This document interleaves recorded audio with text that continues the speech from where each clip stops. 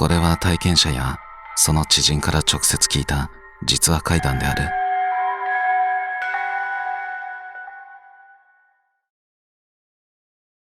他に女いるだろう。ゆうさん、40代女性。私の夫は霊感なんて全くなくて、ましてや幽霊を見るような人でもありません。でもそんな彼が私と付き合う前に一度だけ不思議な体験をしたそうです。当時彼には同棲している彼女がいました。その彼女はキャバクラで働いていたのですが、彼はそれをあまりよく思っておらず、正直もう別れようかなと考えていたそうです。そんなある夜のこと、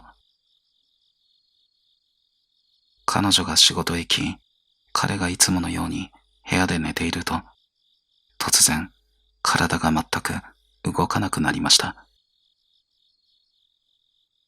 金縛り。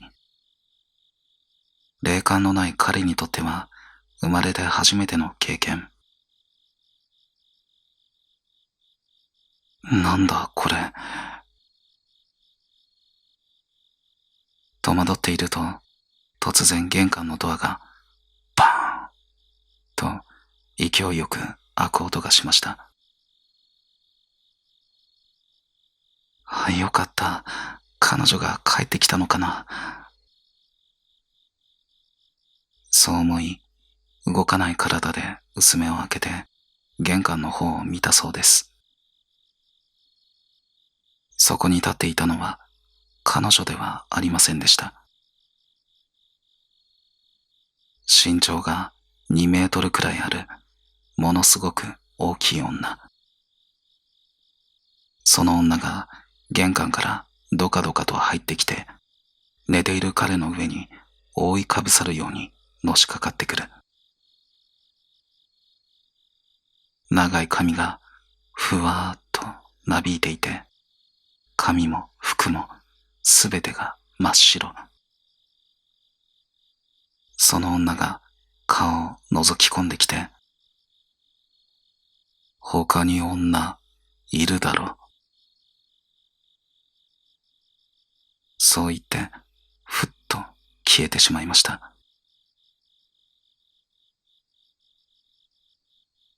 技術系の仕事をしている彼の職場に女性はおらず、浮気なんてしていませんでした。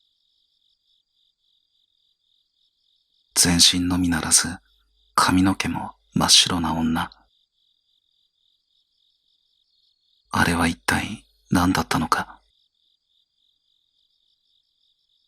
はっと思い当たったのは、彼女が飼っていた一匹の犬でした。彼女が夜仕事に出ている間、ずっとその犬の面倒を見ていたのは彼でした。毛が長くてふわふわ、まだ2、3歳の小型犬で本当に可愛がっていました。もし彼女と別れて自分が家を出てしまったら、この犬は夜ずっと家で一人ぼっちになってしまう。それが心配でなかなか別れを切り出せずにいたそうです。その小型犬の毛の色が真っ白でした。まさか、この犬が家を出て行こうとする彼の気持ちを察して引き止めようとしたのか、それとも強い嫉妬心からだったのか。でも、ただの小さな犬が2メートルの大女になって玄関から入ってくるなんてこと、本当にあるのでしょうか。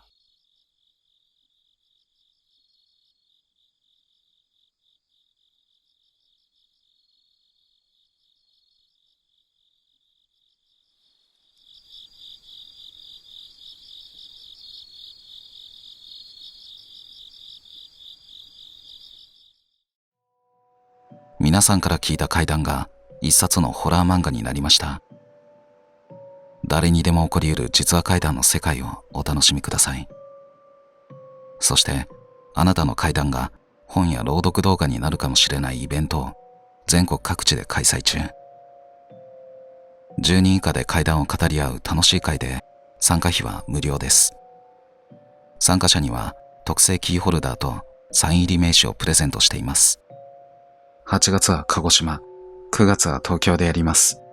概要欄の応募フォームから申し込んでください。便座。体験者愛さん、30代女性。私が新潟のアパートで一人暮らしをしていた時の話です。当時私はパブのような飲食店で働いていました。夜の7時くらいに家を出て、夜中の3時とか朝方に帰ってくるような生活です。アパートに住み始めて1年くらい経った頃、奇妙なことが起こりました。その日も仕事を終えてアパートに帰ってきて、自分の部屋のドアを開けた瞬間、あれ、おかしいなと思ったんです。なんというか、家の中の空気がいつもと違う。湿気や熱気のようなものが残っている。つまり、人の気配を感じたんです。まるで、ついさっきまでここに人がいたかのような雰囲気。それも直感的に男の人っぽいと思いました。当時付き合ってる男性はいませんでしたし、家に遊びに来るのは女友達くらいでしたから、男の人がいるはずがありません。いや、でも絶対に誰かいる気がする。真っ先に寝室のクローゼットを開けました。冷静になって振り返ると、誰も呼ばずに一人でクローゼットを開けるなんて危ないことしてるなって今になって思うんですけどね。その時は確認しとかなきゃと無我夢中で家の中をぐるっと見回したんです。でも誰もいませんでした。ああ、気のせいかとっとしてトイレに入ると便座が上がっていました。当たり前ですが、女である私は座って用を足します。友達が遊びに来たとしても女なので便座を上げることはありません。それに、この日家を出る前の記憶では絶対に便座は降りていました。この話を人にすると、屋根裏に誰かが隠れてたんじゃないのなんて言われたりもします。結局のところ、生きてる人間の仕業だったのか、それとも別の何かがやったのか、全くわからないままの、ちょっと気味の悪い話です。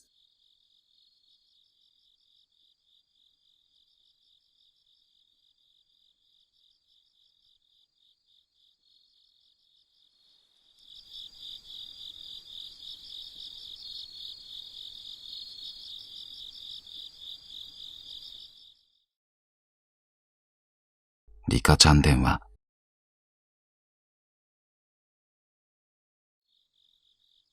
これは私が小学校3年生の頃に体験したリカちゃん人形にまつわる話です。私は父子家庭で育ち、父親が夜遅くまで仕事をしていたため、毎日決まって夜10時頃まで一人で留守番をしていました。いわゆる鍵っ子です。団地に住んでいたんですが、子供の頃からとにかく怖がりだったので、家に帰ると玄関からリビング、トイレ、お風呂場まで、使わない部屋の電気もすべてパッとつけて回るのが癖になっていました。節約のためにそれはやめてくれ、とよく父から注意されていたので、父が車で帰ってくる音が聞こえると、慌てて消しに行ったのを覚えています。小学3年生というと、普通はお人形遊びを卒業する頃かもしれませんが、私はまだリカちゃん人形が大好きで遊んでいました。その当時、リカちゃんと電話ができるリカちゃん電話というサービスが子供たちの間で流行っていたのを知っていますか？リカちゃん人形が入っていた商品の箱に電話番号が書いてあって、実際に電話をかけるとリカちゃんの声で、もしもし、私リカよ。小学校5年生の女の子よ。などと一方的に話しかけてくるものです。一度だけその番号に電話したことがあるんですが、本当にリカちゃんの声が聞こえてきて、子供心に感動したのを覚えています。でも私は次第に習い事が増え、ピアノ、書道、水泳、そろばんなど、月曜から金曜まで毎日びっしりスケジュールが埋まってしまい、リカちゃん人形と遊ぶ時間は少なくなっていきました。リカちゃんはいつしか押し入れにしまわれたまま、半年ほど日の目を見なくなっていたんです。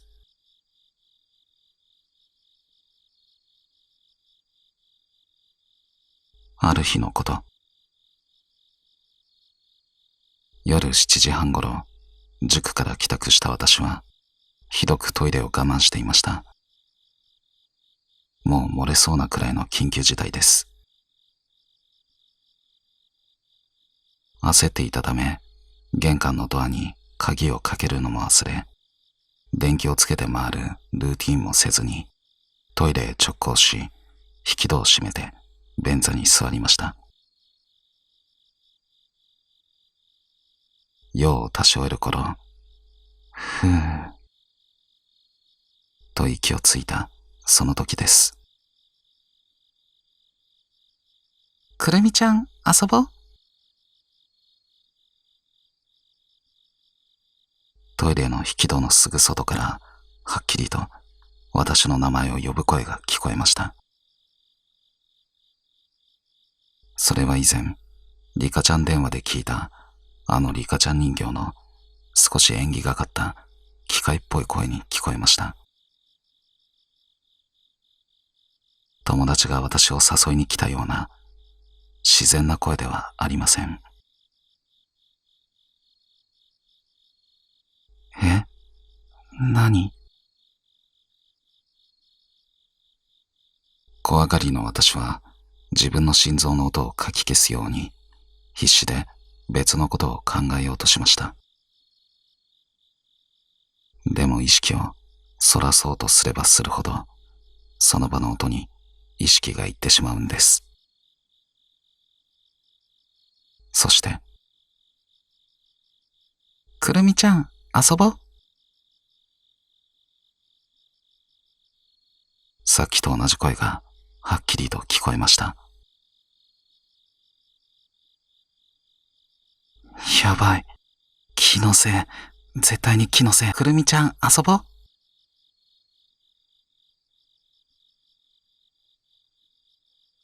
トイレのドアのすぐ向こう側からリカちゃんの声が聞こえます。私の恐怖は頂点に達しました。電気の消えた真っ暗なトイレの中でこのまま固まっているのか、それとも思い切って飛び出し電気を全部つけるか。私は思い切って薄目をうっすら開けたままトイレの引き戸を開け、バッとリビングへ駆け出しました。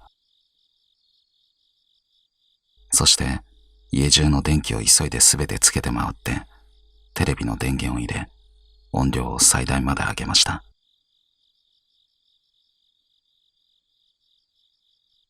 今日はもうお父さんに怒られてもいいや。そう思いながら、リカちゃん人形をしまっている押し入れがある部屋の扉はきっちりと閉めて、そこから父親が帰ってくるまでの約1時間、私はリビングでテレビに集中しました。テレビの画面以外何も見ないようにしたんです。幸い、リカちゃんの声が再び聞こえることはなく、それ以降もおかしなことは起こりませんでした。あれから15年以上経ちますが、あの夜以来、私は怖くてリカちゃんに一度も会っていません。押し入れの奥に箱ごとしまわれたまま、今もそこにいるはずです。その団地には現在、父が一人で住んでいます。先日、父に、そろそろお前の荷物整理しに来い、と言われたので、そのリカちゃん人形のことを思い切って話しました。そしてお願いしたんです。そのリカちゃん人形捨ててくれない？しかし父からは、やだよ。そんな話聞かされて俺が捨てられるわけないだろう。と断られてしまいました。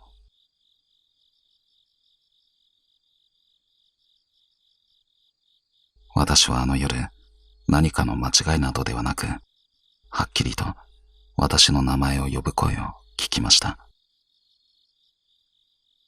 やはりリカちゃん人形の声だったんでしょうか。それとも、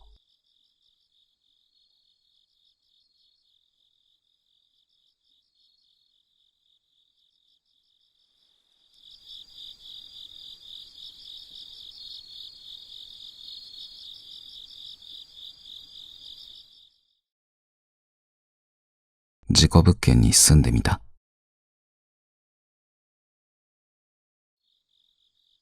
細かい時期はうろ覚えなんですが、私がまだ20代後半か30代前半の頃に、急な転勤で一人暮らしをすることになったんです。当時は仕事でバタバタしていたので、合間を縫ってすごくたくさんの物件情報サイトで新居を探しました。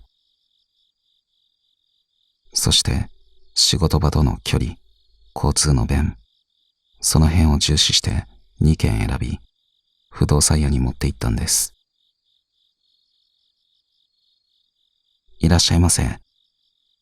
ああ、すみません。家を探してまして、自分で2軒当たりをつけてきたんですけど、そこがまだ空いてるかどうか確認できます？かしこまりました。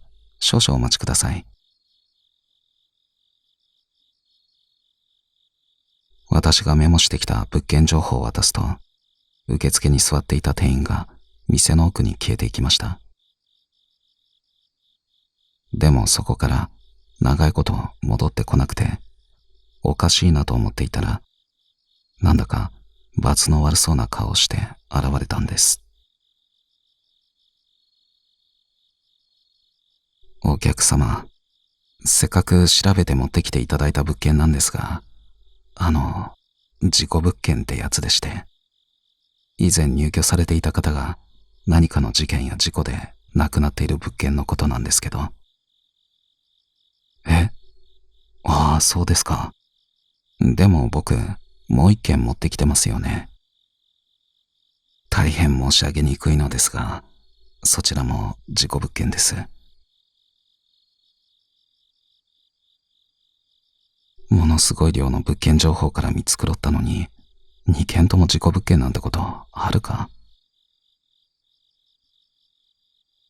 不思議に思いました。でも当時の私は、正直に事故物件だと言ってくれたし、また選び直すのもめんどくさいわ。と、2件のうち1件に決めてしまいました。事故物件って言っても、人はいつか亡くなるもんだしな。何も起こんないだろう。そう考えていたんです。でもこの後私は本当に後悔することとなったんです。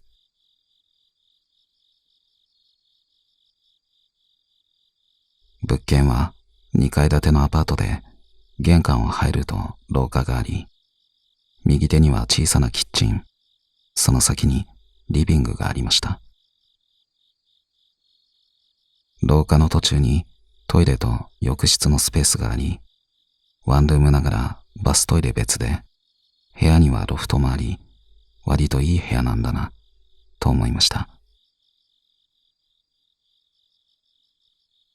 引っ越しを終えた夜、私は段ボールが積み上げられた部屋で晩酌をすることにしたんです。事故物件って言ったって、引っ越しでは何も起こらなかったな。そんなことを考えながらしばらく飲んでいると、トイレに行きたくなりました。立ち上がり、リビングの扉を開け、廊下に出て、トイレのドアを開けようと、ドアノブに手をかけたとき、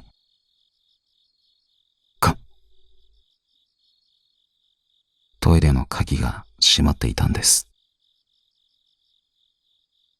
引っ越してからまだ一度もトイレは使っていませんでした。なんで、そんなことある？何度かドアを開けようとしましたが開かなかったので、10円玉を使って外から鍵を開けました。もちろん中には誰もいません。部屋に戻って晩酌を再開しましたが、どうにも納得がいきません。鍵が閉まってることなんてあるか？閉まりかけてて施錠されてしまったとか、それか故障か。ダメだ、気になるわ。もう一度トイレへ向かいました。これが勝手に閉まることなんてあるか？ドアノブに手を触れると、また鍵が閉まっていたんです。その後もトイレの鍵は頻繁に閉まっていましたが、鍵を開けるための10円玉をトイレの近くに置いて対処していました。慣れとは怖いもので、私は何も感じなくなっていたんです。ある日、玄関のドアポストに知らない女性の郵便が届いていました。化粧品のキャンペーン案内のようなものだったと思います。その夜、部屋の電気を消して、ロフトで頭をはしご側にして寝転がっていました。多分前の住人のものだよな。女性だったんだな。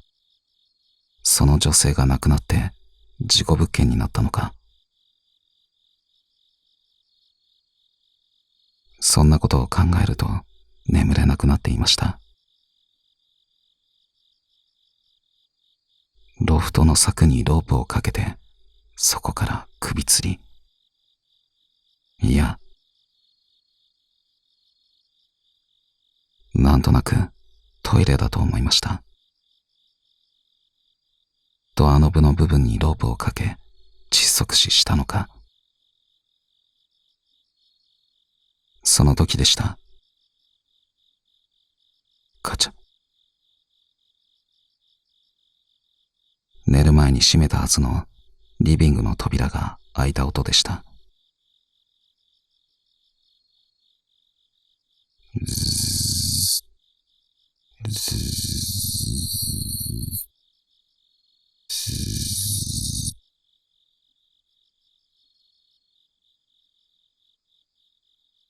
誰かが床を吸って歩く音がしたんです。その音はロフトに上がるはしごのすぐ下で止まりました。ロフトで寝転がっている私は自分の頭の方から強烈な視線を感じました。怖かったのですが、意を決してパッと起き上がりました。もちろん部屋には誰もいませんでした。でも閉めたはずのリビングの扉は開いていたんです。いよいよ気持ちが悪くなり、私はロフトベッドで寝るのをやめ、荷物置きとして使い始めました。後日、電話で職場の後輩と仕事や世間話をしていた時のことです。そういえば引っ越したんですよね。新生活はどうですか？まあ、それがいろいろあってちょっと大変でさ。あれ？今ってテレビついてます？それか、誰か来てるとか。いや、テレビはつけてないし、誰も来てないけど。さっきから誰かボソボソ喋ってますよ。ゾワッとして振り返りました。やはり誰もいません。ちょっと気持ち悪いこと言わないでよ。電話のすぐそばで笑ってますって。後輩はパニックになっているようでした。女の人が何か言ってる。気持ち悪い。そう言って電話は切られてしまいました。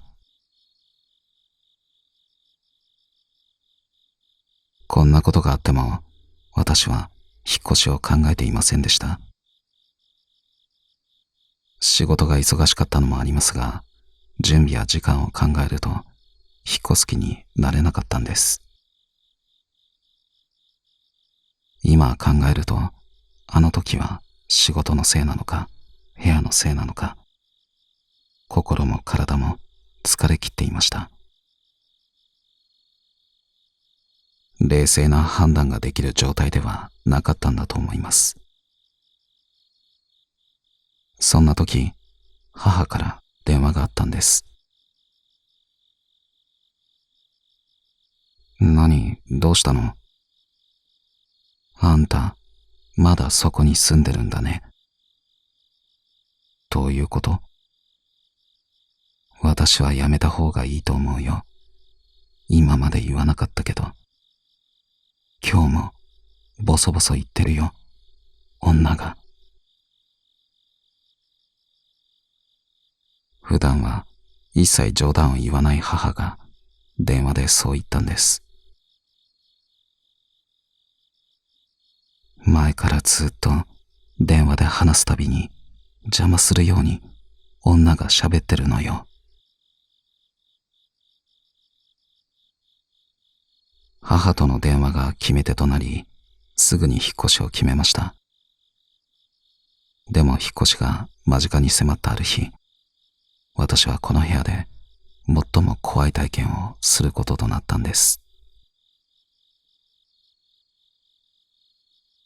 この日は深夜まで引っ越しの準備に追われていたんですが、疲れてしまい仮眠することにしたんです。私は真っ暗じゃないと眠れないので、電気を消して段ボールがいっぱい置かれた部屋の床で横になってうつらうつらしていました。その時、またカチャッと寝転ぶ私の足先にある扉が開いたのです。そしてキーと廊下の奥のトイレが開く音が聞こえました。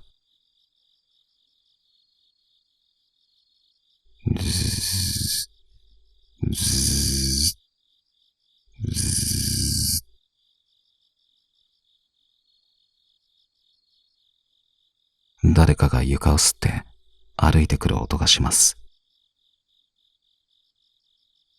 目は開けられたんですが、金縛りに合ってるのか、体は動きません。信じられないのですが、床を吸って歩く誰かの足が視界に入ったんです。目の前で立ち止まりました。今度は長い髪の毛が視界に入り、頬に触れました。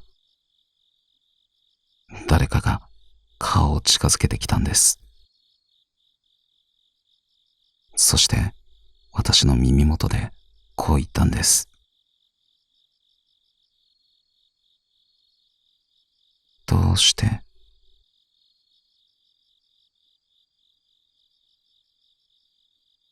急に体の自由が戻り、バッと起き上がりましたが、誰もいませんでした。このアパートは現在も同じ場所にあります。今もあの女が出ているんでしょうか。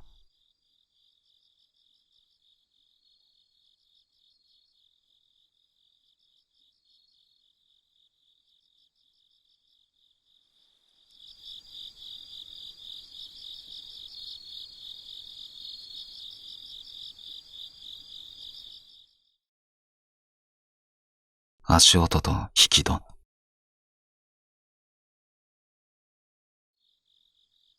あれは私が小学校3年生か4年生の頃だったと思います。それは12月の初雪が降った日でした。その日は朝からひどい吹雪で、学校から帰ってきた私は2階建ての実家の1階のリビングで一人宿題をしていました。テレビをつけながら勉強していると、家のどこかでトンと何かが当たるような小さな音がしたんです。外は相変わらず風が強く吹いていたので、何か物が飛んできて当たったのかなくらいにしか思いませんでした。でもしばらくしてまたトントンと音がしました。今度は気のせいではありません。私はもともと怖がりだったので、テレビの音をわざと大きくして、その音をかき消そうとしました。でもその音は止みません。最初は何かを叩くような音だと思ったんですが、だんだんとそれが足音なのだと分かってきました。しかも家の外ではなく、明らかに家の中から聞こえてくるんです。トン、トン、トン、トン。と、少しリズミカルなその足音は、ちょうど真上、2階にある父の部屋から聞こえてきました。まるで誰かが部屋の中をぐるぐると歩き回ってるようなんです。お父さんは仕事でいないはずなのに、誰かいるの？もしその足音が階段を降りてきたらどうしよう。そう思うと鼓動が速くなっていきました。私はリビングのドアをすべて閉め、絶対に入ってこないでほしい、見たくない、と強く念じながら必死に宿題に集中しようとしました。お母さん、早く帰ってきて。その日に限って妹の保育園のお迎えに行った母の帰りが遅く、私は心細さでいっぱいでした。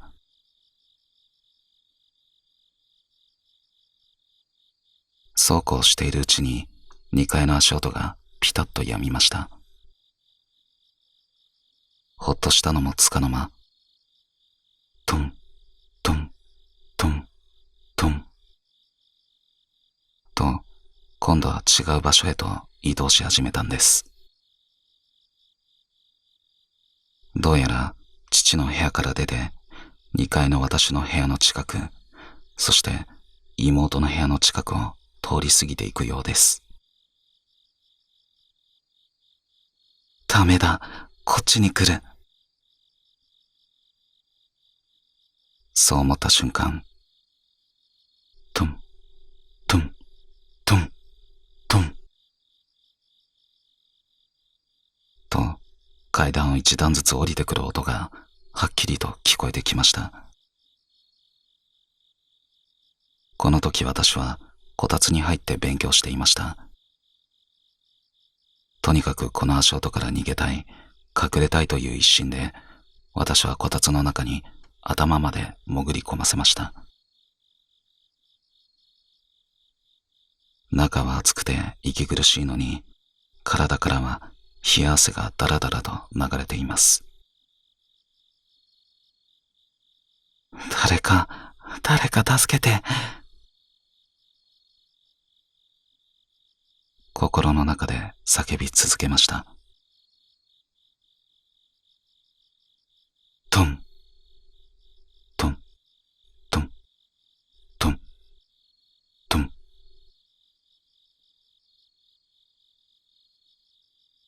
足音はゆっくりとリビングに近づいてきます。リビングの扉は引き戸なんですが、その足音はどうやらその扉の前でピタリと止まったんです。すぐそこにいる。どうしよう。時間にしてほんの一瞬だったのかもしれませんが、私には永遠のように長い時間に感じられました。やがて足音はしなくなりました。恐る恐るこたつからそーっと顔を出すと、部屋には誰もいませんでした。少し安心して周りを見渡したとき、私はある異変に気づきました。リビングの扉が人が一人ちょうど通れるくらいの幅だけスッと開いていたんです。引き戸なので風などで勝手に開くはずがありません。それを見た瞬間、私はもう我慢できず、玄関へ向かって家を飛び出しました。どうしたの、そんなに慌てて。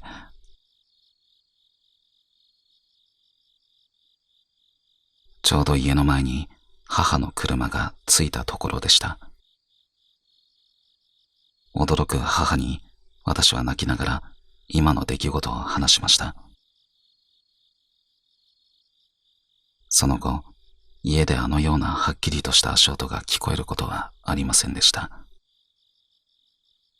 ただ時々母も、あれ？今下に誰かいた？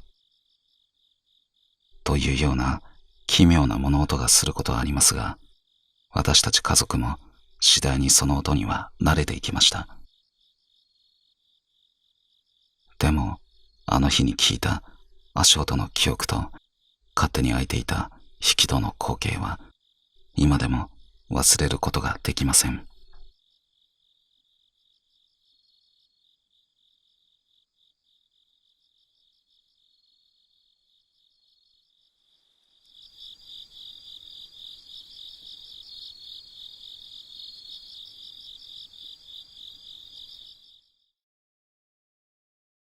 イタリアの魔女。体験者 O さん、50代男性。20代の頃、仕事の都合でイタリアに9年間住んでいた時の話です。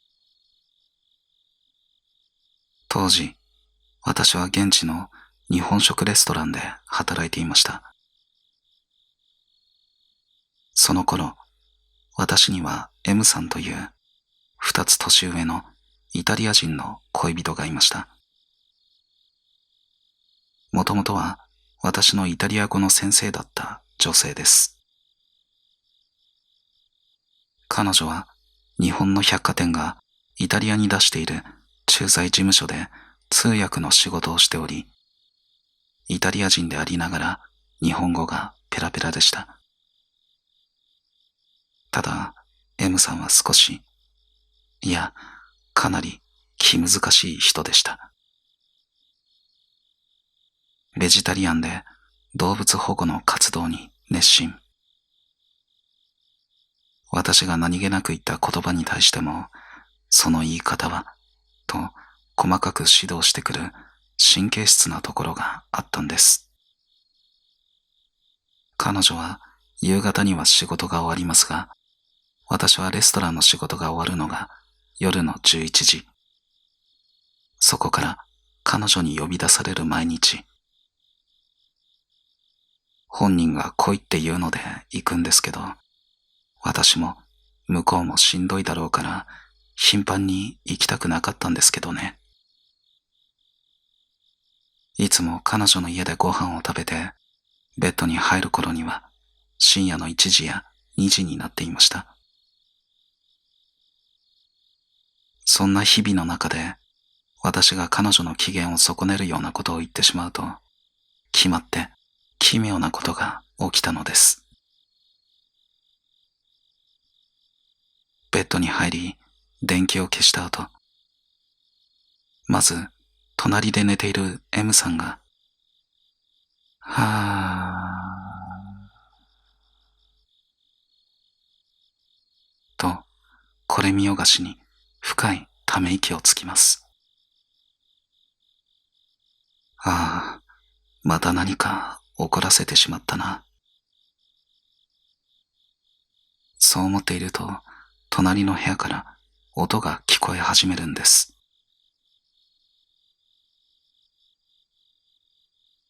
コン、コン、コン。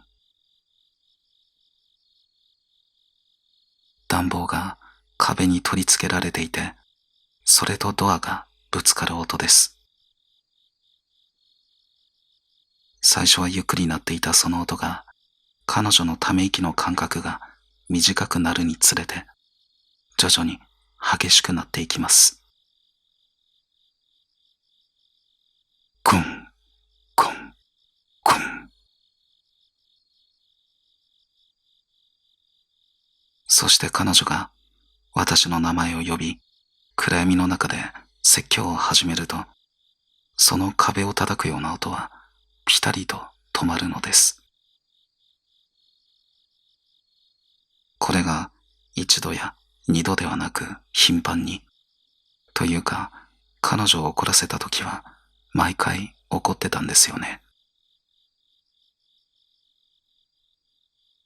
そういえばこんなこともありました。彼女の家にイタリア人の幼馴染が遊びに来て、三人で話していた時のことです。話題が M さんが学生時代に付き合っていた日本人の元彼の話になりました。M さんは棚の上に飾ってある小さなミニカーを指さしてこう言ったんです。あれは前の彼が置いていったものなの。本当は捨てたいんだけど、あれには彼の悪いエネルギーがこもっているから捨てられないのよ。その直後、棚の上に置いてあったミニカーが一人でに動き出し、床にポンと落ちたのです。唖然としている私たちに彼女がつぶやきました。ほらね。その後、M さんが、元彼はかっこよかったけど、すごく自分勝手でね。と、元彼の悪口をヒートアップさせ始めたとき、今度はテーブルの上のカゴに入れてあったオレンジやリンゴが、誰も触っていないのにゴロゴロと一斉に床へ転がり落ちたんです。ほらね、彼の悪いエネルギーが溜まってるからそうなるのよ。そう言い放った彼女を見て私は思いました。いや違う。これは元彼のエネルギーなんかじゃない。M さんの怒りがポルターガイストのような現象を起こしてるんだ。夜中に壁がゴンゴン鳴るのも彼女の仕業に違いない。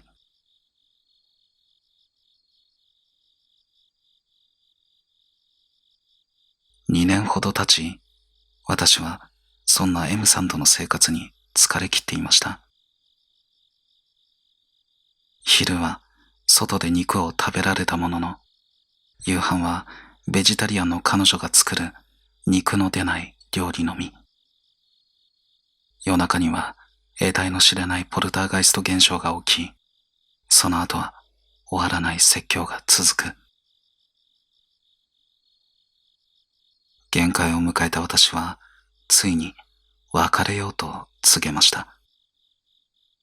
しかし、M さんは納得しません。別れた後も電話がかかってくるようになりました。その電話がまたおかしいんです。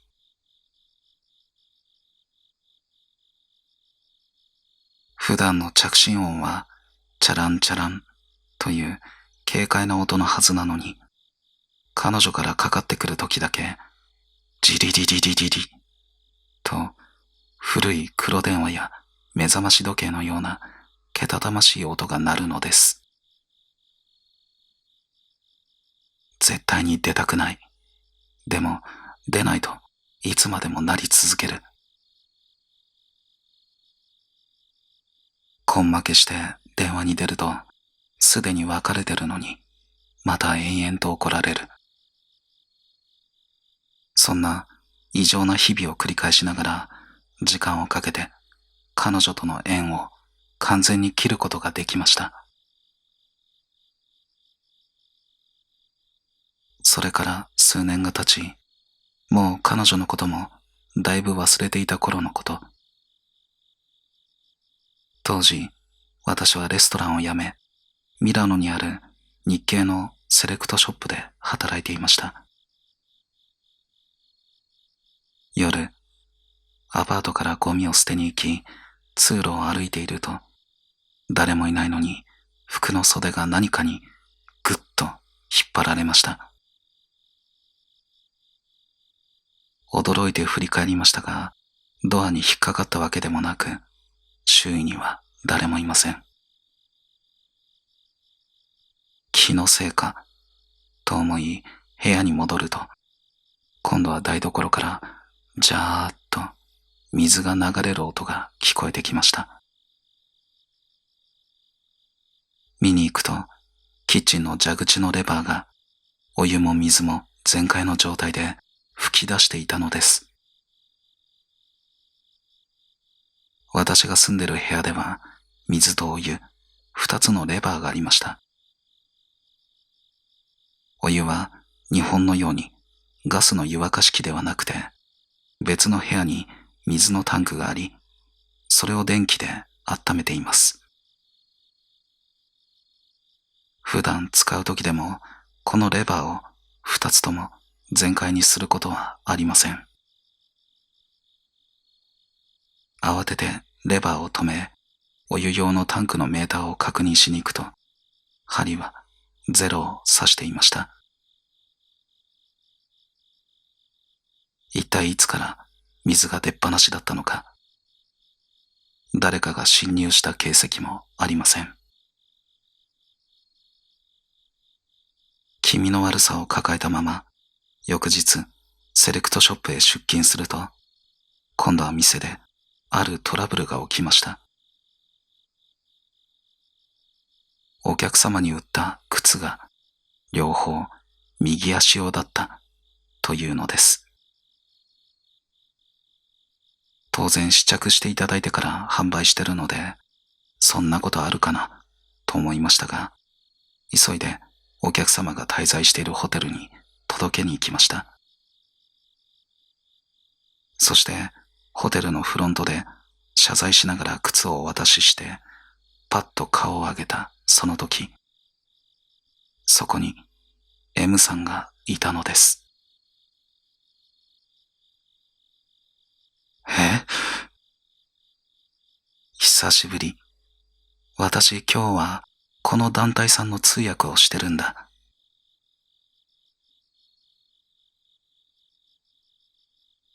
数年ぶりに見た彼女が当たり前のように声をかけてきて、さらに信じられないことを言いました。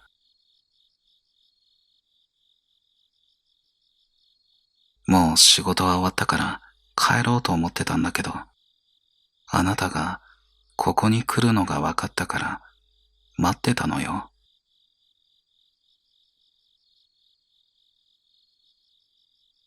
私がこのホテルに来るなんて彼女に伝わるはずがありません。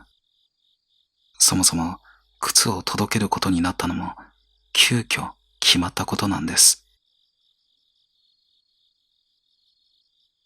中世のヨーロッパに M さんが存在していたら、間違いなく魔女だって騒がれただろうな。そんなことを考えさせられるイタリアの元カノでした。実は最近になって M さんから SNS を通じて連絡がありました。私の名前は本名で登録していましたが、写真までは載せていません。私の名前はそんなに珍しくありません。世の中に何人同姓同名がいるでしょうか。彼女は直感で、これだと思って連絡してきたそうです。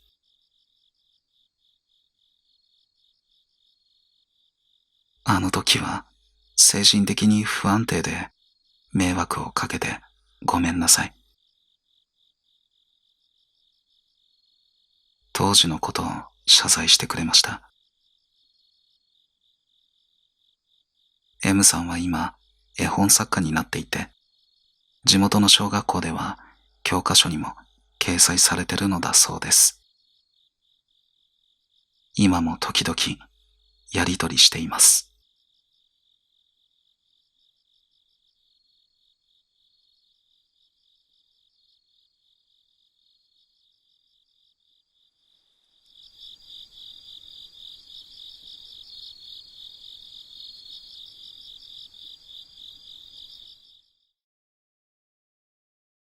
庭の土遊び。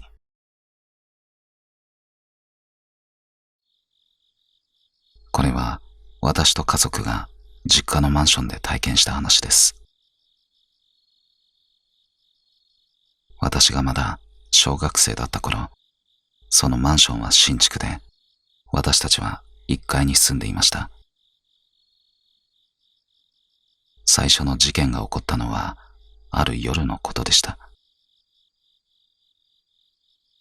当時、小学生だった兄が一人でお風呂に入っていました。体を洗い終え、さあ出ようかとドアに目を向けたその時、すりガラスの向こうに小さな女の子の影が映っているのに気づいたそうです。兄は妹の私だと思い、何してんだよ、どいてくれ、もう出るから。そう声をかけながらドアを開け、凍りつきました。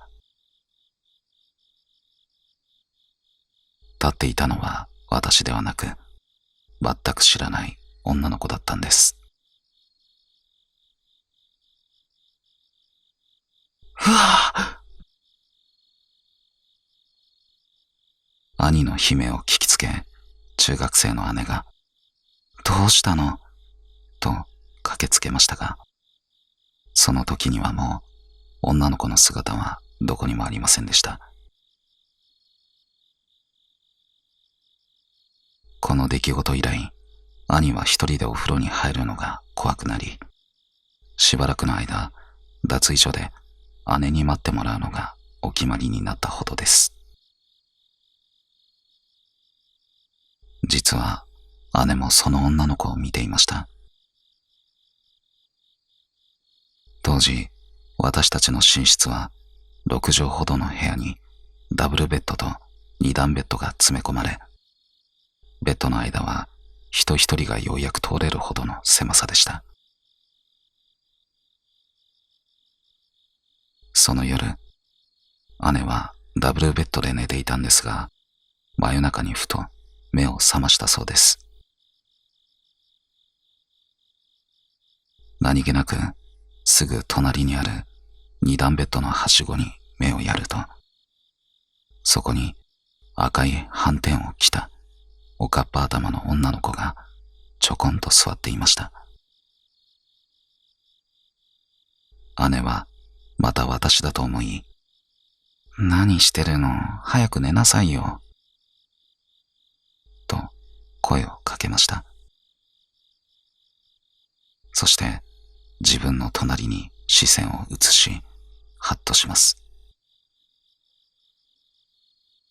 そこには妹の私がすやすやと寝息を立てていたんです。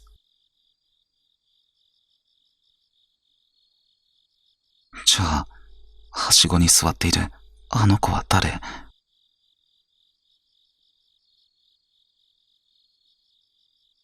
怖くなった姉はそのまま何も見なかったことにして、何度か朝まで眠り続けたそうです。